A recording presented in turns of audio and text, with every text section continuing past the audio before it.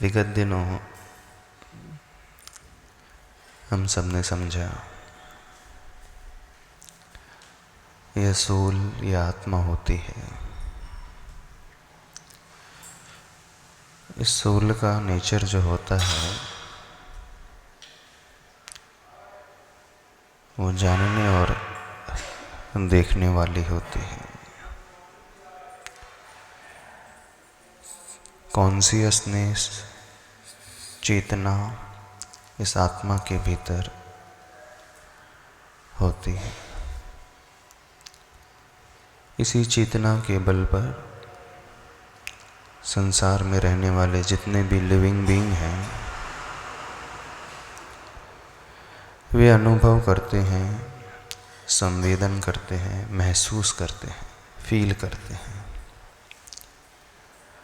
जो फीलिंग होती है मुख्यतः या तो दुख की होती है या सुख की होती है। हर एक लिविंग बीइंग जो है दो ही प्रकार की फीलिंग करता है। या तो उसे अच्छा लगता है या उसे बुरा लगता है। इसके अलावा तीसरी स्टेज कौन सी होती है? नहीं होती। होती है। एक और स्टेज और होती है। तीसरी स्टेज वो होती है जब वो अच्छे और बुरे की कल्पना से ऊपर उठ जाता है, जिसे हम कहते हैं न्यूट्रल। वो संसार को देख रहा है, जान रहा है, समझ रहा है,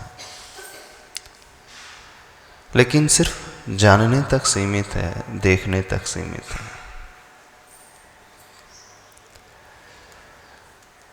जानकर, देखकर वो उससे अटैच नहीं होता है, जुड़ता नहीं है। सिर्फ अपना विषय बना करके उसको देखते रहता है, उससे अनअफेक्टेड रहता है।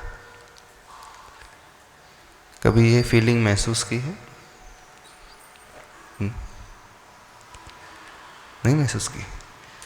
जब संसार को देख करके, इस दुनिया को देख करके, इन लोगों को देख करके, जीवों को देख करके, इन दृश्यों को देख करके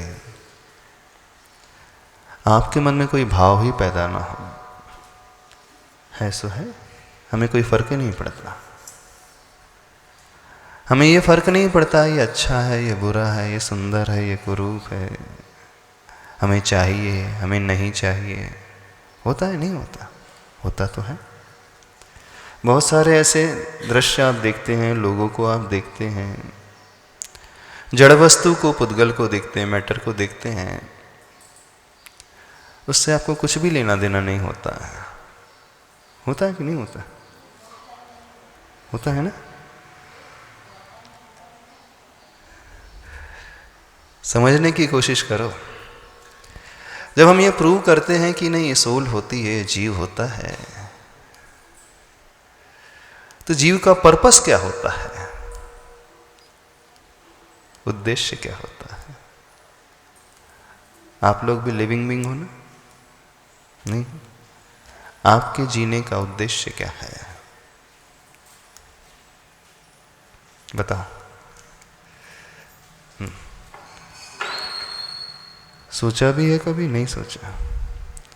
हर एक लिविंग बीइंग जो होता है संसार में, इस दुनिया में, कुछ चाहता है। क्या चाहता है वो? हाँ, नमोस्तु महाराज जी। महाराज जी, हर एक लिविंग बीइंग सिर्फ सुख चाहता है, चाहे वो किसी भी चीज़ से मिले, सुख मिलना चाहिए बस। हाँ, सुख चाहता है। चाहता तो सुखी है ना? कोई भी दुख नहीं चाहता। और रादर यदि हम जीव की डेफिनेशन ही देखें, संस्कृत में कोश में एक डेफिनेशन आती है, दुखात बिभेति सुखम वांछति इति जीवः। अर्थात जो दुखों से डरता है और सुख की इच्छा करता है, वांछा करता है, उसके डिजायर जो है सुख पाना और कुछ नहीं पाना। जो ऐसी भावना अपने भीतर पैदा करता है वो जीव होता है। चाहे वो जीव कोई भी क्यों ना हो, वो सोल कोई भी न क्यों ना हो। कुछ सोल्स को हम देख पाते हैं, सोल को देख पाते हैं इन द सेंस जिस बॉडी में वो रहते हैं उस बॉडी को हम विजुलाइज कर पाते हैं, देख पाते हैं। लेकिन कुछ ऐसे भी लिविंग बीइंग होते हैं जिन्हें हम देख नहीं पाते, बहुत छोटे छोटे, बहुत सूक्ष्म माइक्रो ऑर्गेनिज्म जिसे हम कहते हैं। वो हमारी दृष्टि का विषय बनते ही नहीं, लेकिन एग्जिस्टेंस उनका भी होता है और वह भी यही चाहते हैं। जब हर एक व्यक्ति, हर एक प्राणी, हर सोल यह चाहती है कि मुझे सुख मिले, तो उसे मिलता क्यों नहीं?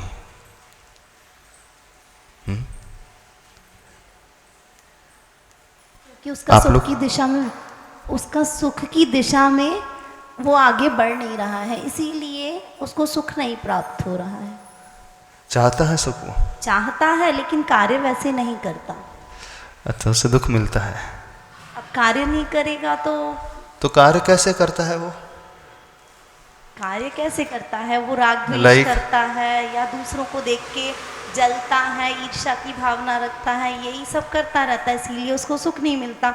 यदि वो माध्यस्थ भाव रखे कि देखे और उसमें, जैसा आपने अभी बताया कि देखे और न्यूट्रल रहे, तो उसको सुख मिल सकता है। जिसे आपने कहा कि कार्य ऐसे नहीं करता है, उसे ही अपन दूसरे शब्दों में कह सकते ना, इस प्रकार के कर्म करता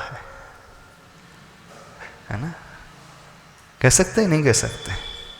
यानी वो इस प्रकार की एक्टिविटीज है, इस प्रकार के कर्म। कर्म से मतलब क्या होता है? डूइंग वर्क वाला।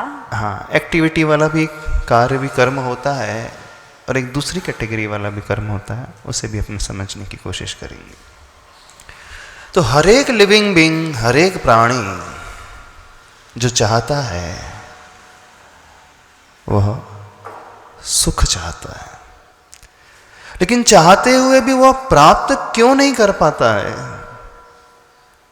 अब इसे समझना, क्योंकि जब तक हम ये नहीं समझेंगे हम जीवन में कभी सुखी भी नहीं हो पाएंगे। इतने दिनों से अपनी चर्चा चल रही है उस कर्म की, आत्मा की, और कुछ भगवान की भी चल रही है ना? अब देखना, ये सब जो है इंटर रिलेटेड है। जो भगवान बन जाता है वो क्या कार्य करता है अपने साथ, और जो नहीं बन पाता है, यदि हम ये मान ले भगवान है तो, देखिए अपन ने प्रूव नहीं किया, अभी सिद्ध नहीं किया भगवान होते हैं। कल तक यही विषय चल रहा था कि भगवान होते भी हैं कि नहीं होते हैं। तो जहां तक भगवान की बात है, भगवान के डेफिनेशन की बात है, भगवान कहते किसे हैं?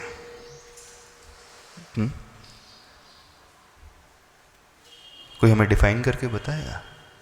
आपने भगवान से क्या समझा है? आप अपने दिमाग में, अपने मस्तिष्क में भगवान की कैसी इमेज बनाते हैं?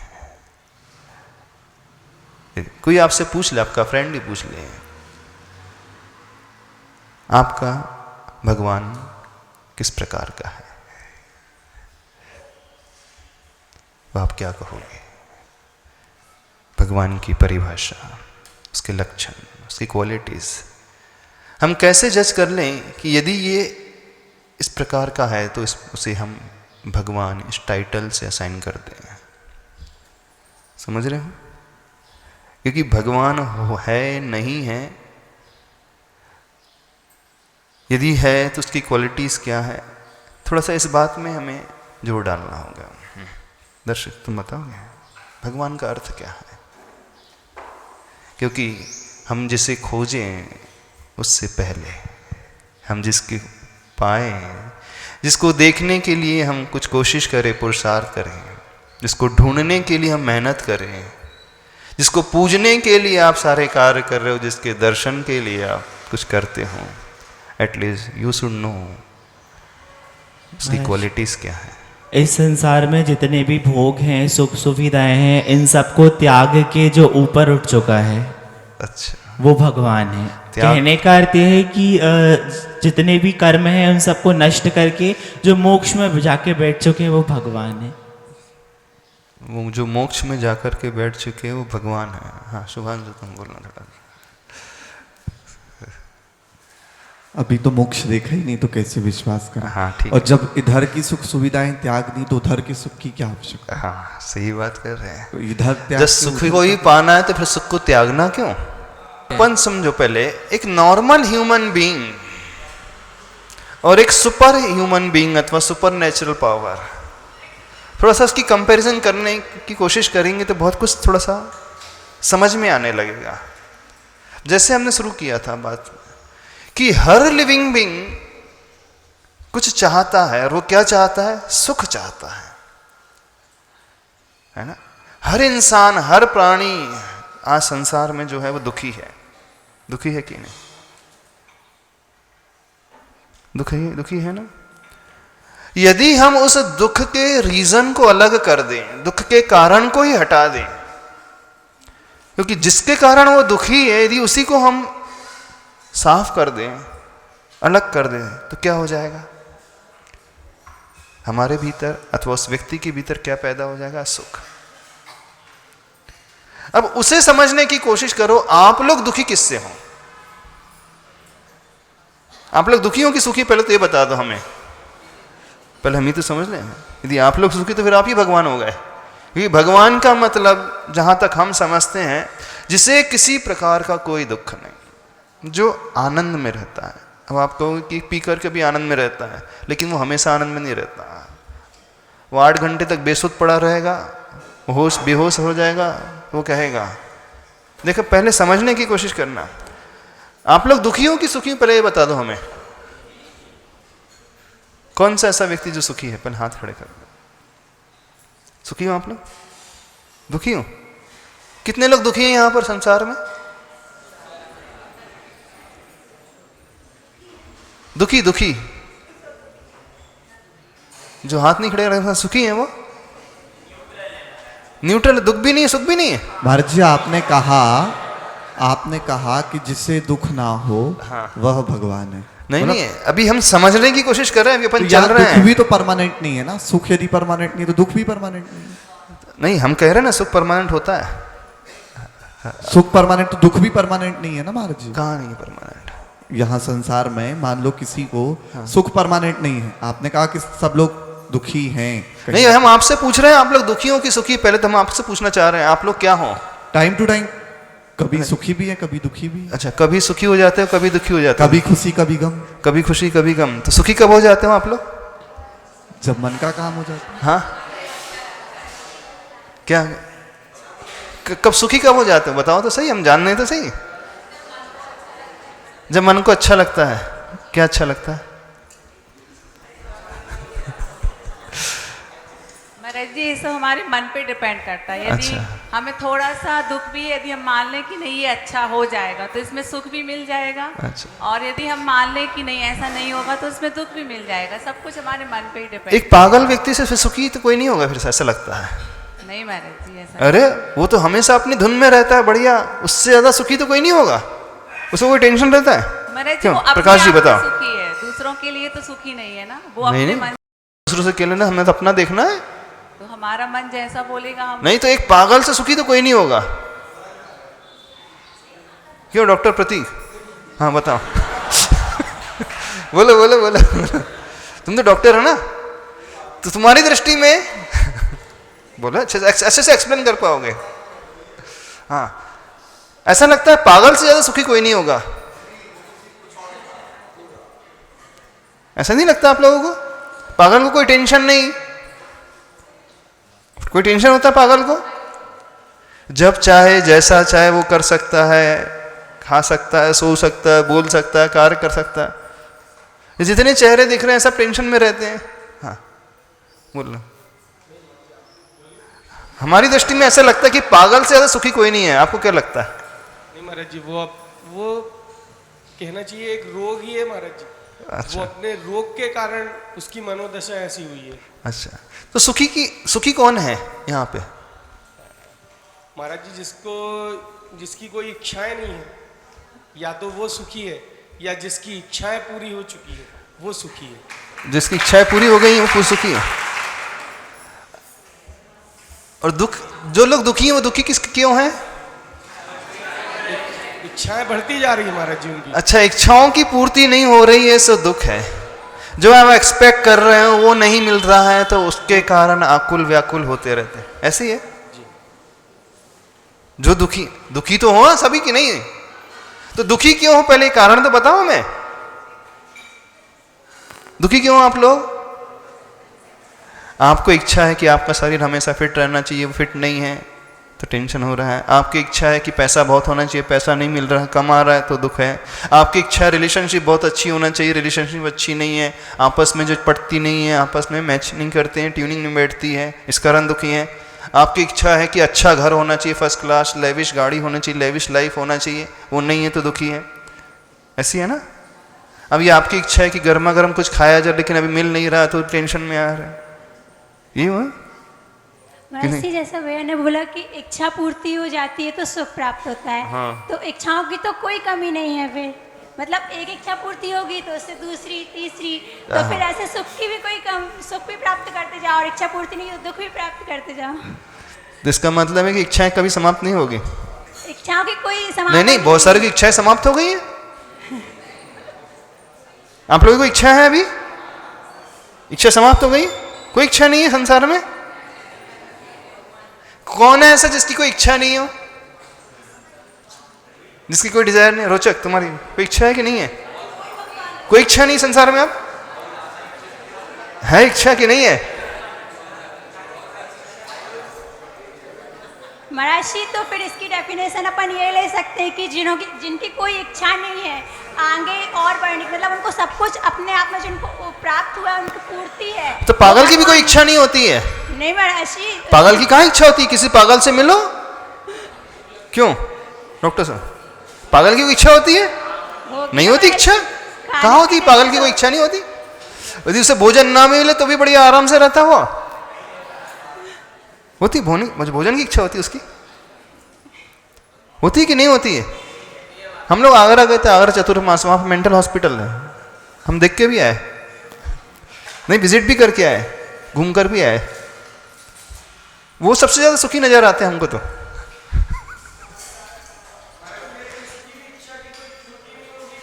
खड़े होकर बोलो, खड़े होकर, आवाज नहीं आ रही। हाँ बोलो डॉक्टर प्रतीक, तुम बोलो।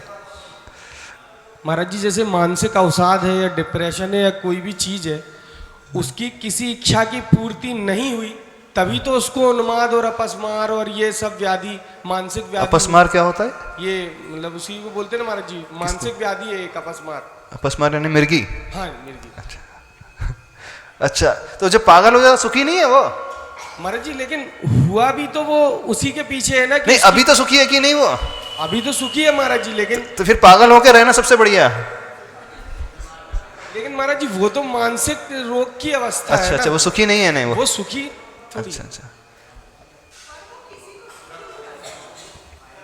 हाँ बोलो। महाराज जी, ड्रग्स लेने वाले तो परमानंद में हैं। हाँ, ड्रग्स लेने वाले परमानंद में है, लेकिन उनका परमानंद कब तक मेंटेन रहता है?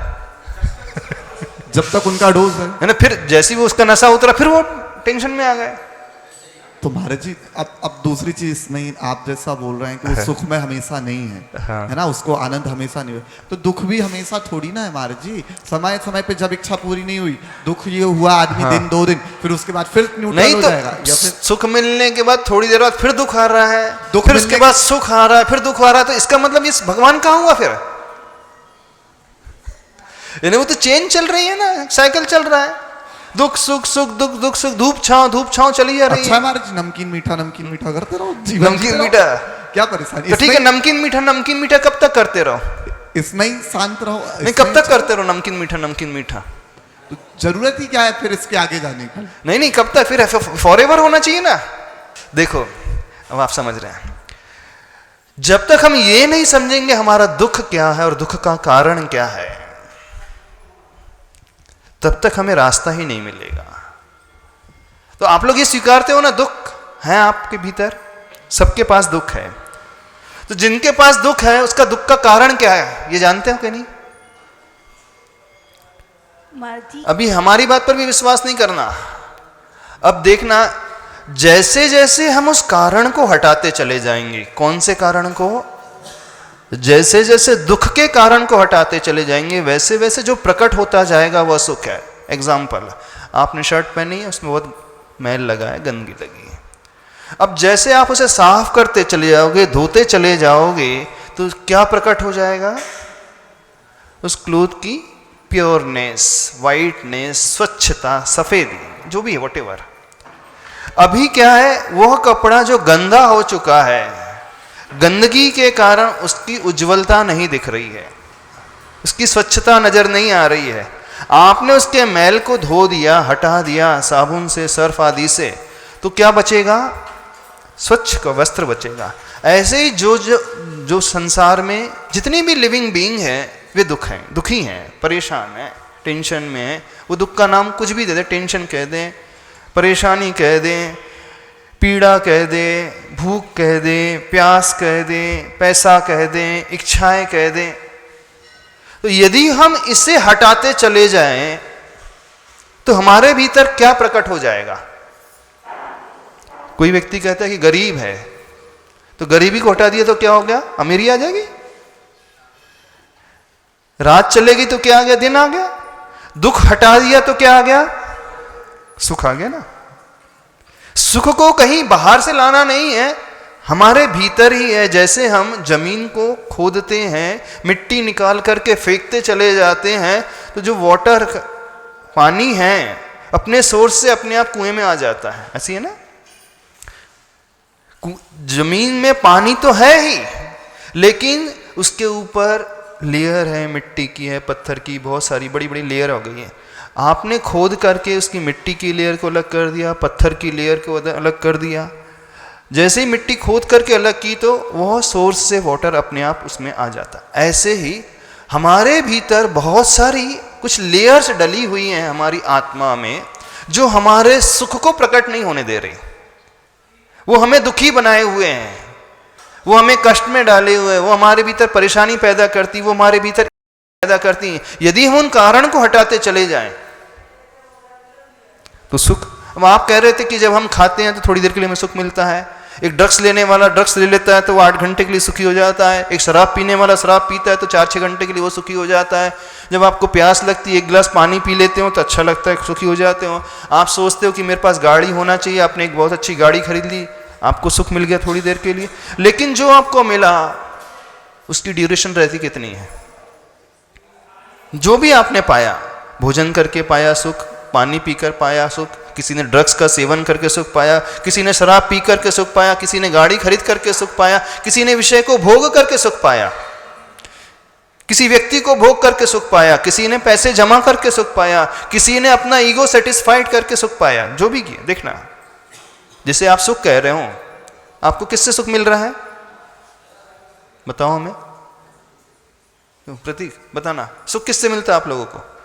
आप बोले थोड़ी देर तक सुख मिलता है, फिर उसके बाद दुख आ जाता है, कभी खुशी कभी गम, कह रहे थे ना शुभांशु, कभी खुशी कभी गम। तो जो खुशी मिल रही है किससे मिलती है आपको? वस्तुओं से मिल रही है। वस्तु से, ठीक है, वस्तु मिल गई, आपको खुशी मिल गई। और किससे मिलती है? जो भी नीड्स है उनको फुलफिल करने में, जो नीड्स हैं आपकी उसको फुलफिल करने के बाद। और किससे मिलती है? हाँ, दूसरों को देखने से। हाँ ठीक है, किसी को देखने का शौक है तो देख करके खुशी मिलती है, वो जैसे दिख जाता है तो बड़ी खुशी मिलने लगती है। ये भी है। कौन? मित्र की शत्रु, शत्रु की मित्र। हाँ समझना, आप देखो, बेसिक नीड्स फुलफिल करके सुख मिलती है, वस्तुओं को पाने से सुख मिलता है। और किससे मिलता है? पराये धन मिलने से सुख मिलता है, ठीक है। और किससे मिल रहा है सुख? बताओ, जिससे आपको सुख मिल रहा है, किस किस से मिल रहा है आपको? हाँ अच्छा, पत्नी जब बर्तन फेंक करके मारती है तो बस सुख मिलता है। अच्छा, और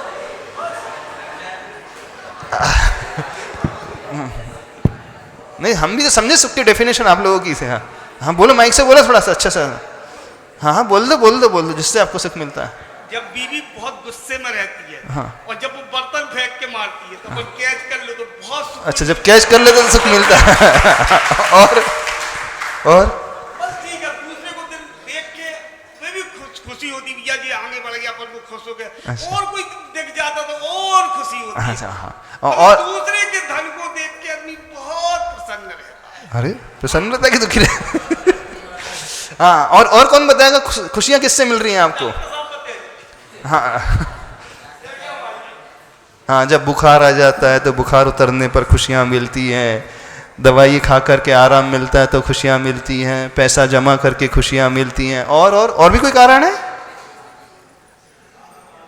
रोचक? बताओ तुमको खुशियां कब मिलती है? दर्शित तुम बताना। हाँ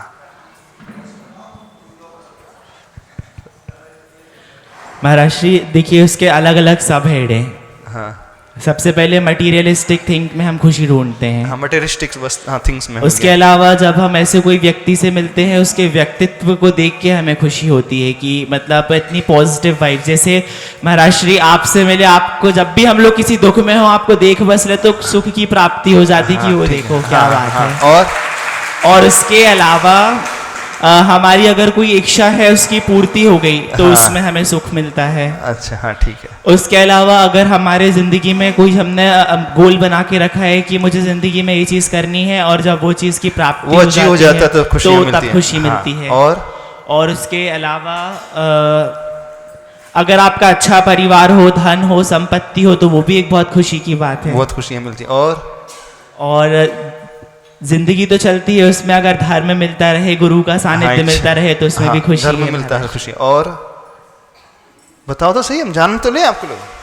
देखना जितने भी आपने बताए सब, उन सब के पीछे एक वेरी कॉमन चीज है, और वो कॉमन चीज निकल करके आ रही है जब जब आपकी इच्छाओं की पूर्ति होती है तब तब आपको खुशियां मिलती है। ठीक है ना? और जब जब आपकी इच्छाओं की पूर्ति नहीं होती है तब तब आपको दुख मिलता है। ठीक है? एक सेकंड। एक स्टेज यदि ऐसी आ जाए, सुनना ध्यान से, जब व्यक्ति अपनी समस्त इच्छाओं को ही जीत ले, समझने की कोशिश करना शुभांशु, एक ऐसी स्टेज आ जाए अपनी इच्छाओं को ही जीत ले, वो उसके मन में कोई इच्छा पैदा ही नहीं हो रही है, और जब इच्छा ही पैदा नहीं होंगी तो उसके अनफुलफिलमेंट के लिए अथवा फुलफिल नहीं हो रही है तो उसको दुख का कारण ही पैदा नहीं होगा। यानी दुख का कारण जो है व्यक्ति की इच्छाएं हैं, और उसने उस दुख की रूट कॉज को ही हटा दिया। एक ऐसा व्यक्तित्व निखर करके आ गया है कि उसके मन में कभी इच्छा ही पैदा नहीं होती, तो दुखी नहीं होगा। और जब दुखी पैदा नहीं होगा तो हम तो हमेशा सुखी रहेंगे। एग्जाम्पल, जब आप बीमार होते हो तभी आपको दवाई की याद आती है ना। तो जब आप बीमार नहीं रहते, एकदम फिट रहते, तब दवाई की याद आती है? नहीं आती ना। तो ऐसा व्यक्ति ज्यादा सुखी है कि बीमार होने के बाद दवाई खाने के बाद वो सुख ज्यादा, वो अच्छा है कि ऐसा व्यक्ति जो कभी बीमार ही ना पड़े? अरे जो बीमारी नहीं पड़ रहा उसने भी क्या दुनिया देखी है, कोई दवाई नहीं खाया, हॉस्पिटल का चेहरा ही नहीं देखा, एम्बुलेंस में कभी बैठा ही नहीं, 5 स्टार हॉस्पिटल क्या होता है, एयर कंडीशन रूम क्या होता है, वो इंजेक्शन का सुख क्या होता है। हाँ, क्या जिंदगी उसकी, क्या लाइफ है उसकी। हाँ क्यों डॉक्टर? ऐसा व्यक्ति वो कहे अरे तुमने कोई टेबलेट नहीं खाई, कोई सिरप नहीं पिया, कोई इंजेक्शन नहीं लगाया, कभी हॉस्पिटल नहीं देखा, तुम जैसा घटिया इंसान नहीं देखा मैंने, तुम जैसा दुखी इंसान नहीं देखा, बोले। यदि कोई ऐसा कहे तो कैसा लगेगा? बताओ ना डॉक्टर, बताओ, हम आपसे जानना चाहते हैं। तो पेशेंट होकर के, मेडिसिन खा करके जो अपने रोग को दूर कर रहा है वो ज्यादा बेटर है, बेस्ट है, कि जो कभी बीमारी नहीं पड़ता वो बेस्ट है? इच्छाएं पैदा कर रहा है और इच्छाओं को पूर्ण करके वो सुखी हो रहा है थोड़ी देर के लिए, वो ज्यादा बेटर है कि जिसके मन में कोई इच्छा ही पैदा नहीं होती है? प्रतीक, हाँ बोलना, समझना। समझने की कोशिश करना।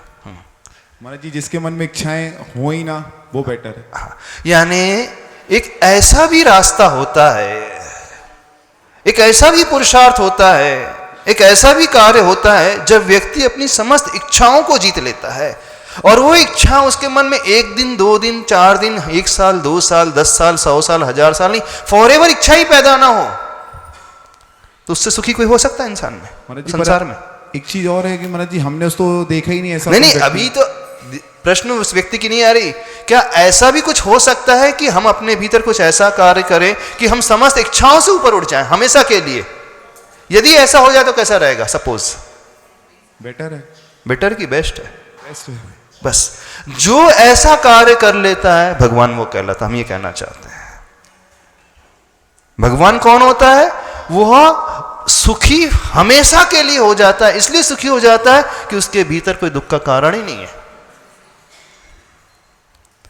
संसार में रहने वाले जितने भी लिविंग बीइंग हैं वो थोड़ी इच्छाओं को पूर्ण करके, खा करके, पहन करके, पैसा जोड़कर, घर बनाकर, गाड़ी खरीद करके, पत्नी को भोग करके, पति को भोग करके, घूम करके, ऐसे वैसे कार्य करके, ड्रिंक करके, ड्रग्स का सेवन करके, स्मोक करके, ये थोड़ी देर के लिए अपनी इच्छाओं को पूर्ण करते हैं। उसके बाद वो इच्छा पुनः जागृत हो जाती।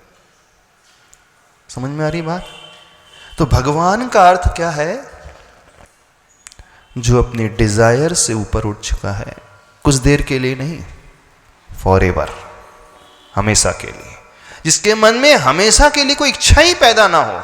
अब पागल वैसा नहीं होता है, पागल बीमार है, एक किसी ने क्लोरोफॉर्म सूंघ लिया है, बेहोश है, तो आप कहोगे कि बेहोशी में भी इच्छा नहीं होती है? नहीं, वो तो कुछ देर के लिए।